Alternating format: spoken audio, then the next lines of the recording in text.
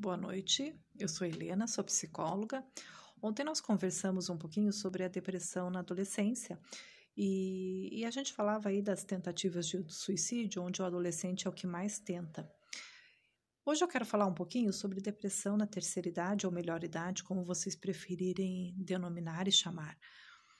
Quando a gente fala de suicídio, pensando que o suicídio ele é aí muitas vezes ocasionado pela depressão, o público da terceira idade é o público que mais se suicida.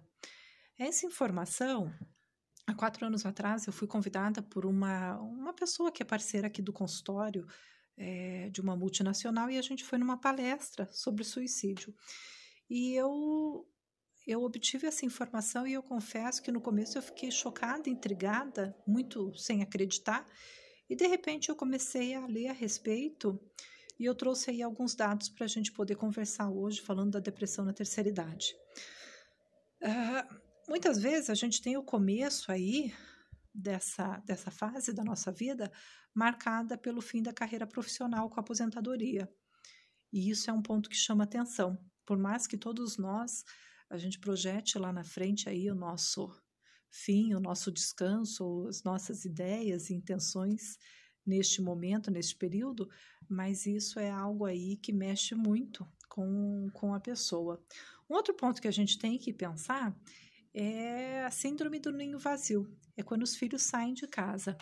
Por mais que de um lado a gente tenha aí uma ambivalência muito grande, eu tenho de um lado uma alegria imensa, porque o meu filho está construindo a família dele, ou meu filho, minha filha estão construindo aí a família deles e estão seguindo em frente na vida.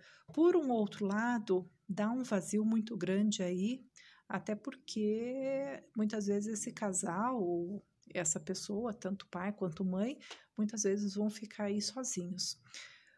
Um outro problema que a gente vai ter nesse período da vida é algumas perdas auditiva, visual, perda cognitiva, perda da memória. E também vamos ter outras perdas de familiares, perdas de amigos, perdas de companheiros, maridos, esposas.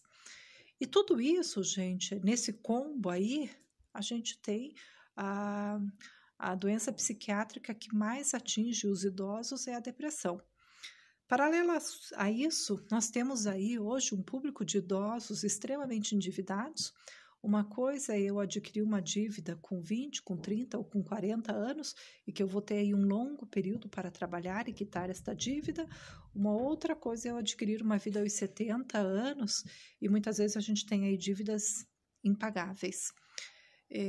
Com muita frequência, o idoso, que é um pensionista, ele recebe crédito muito fácil, que são aqueles créditos consignados, e isso é terrível. Eu fiz uma cola, gente, hoje, porque tem muita informação aí para a gente poder passar sobre esse momento de vida. Quando a gente fala de um acompanhamento médico com o idoso, do mesmo jeito que na infância a gente tem o pediatra, que é quem vai fazer a conexão com os outros profissionais que precisam, de repente, lá, a criança ser encaminhada. Então, é um pediatra que encaminha para o neuro, ou para o endócrino pediatra, ou para o gastropediatra. No idoso, eu sempre comento que a gente tem que ter um médico que é o carro-chefe. E o carro-chefe é o geriatra. E é o geriatra que muitas vezes vai fazer a conexão com os outros profissionais aí.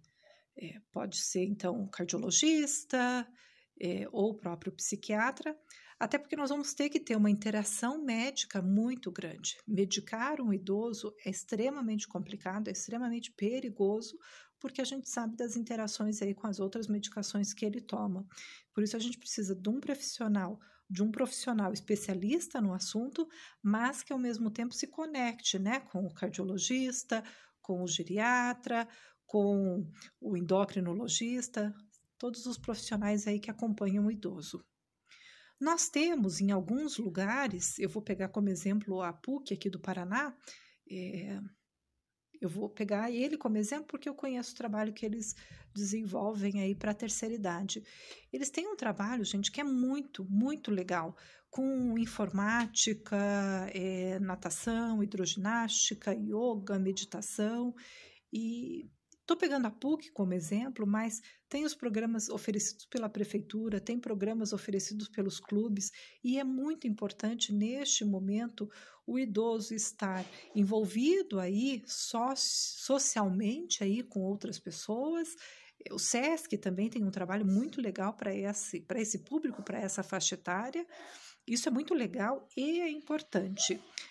Na terapia, é importante, quando a gente percebe todos esses sinais aqui que eu estou falando, de tristeza, de desânimo, com os nossos pais, com os nossos avós, ou mesmo com a própria pessoa aí, é importante a gente procurar ajuda.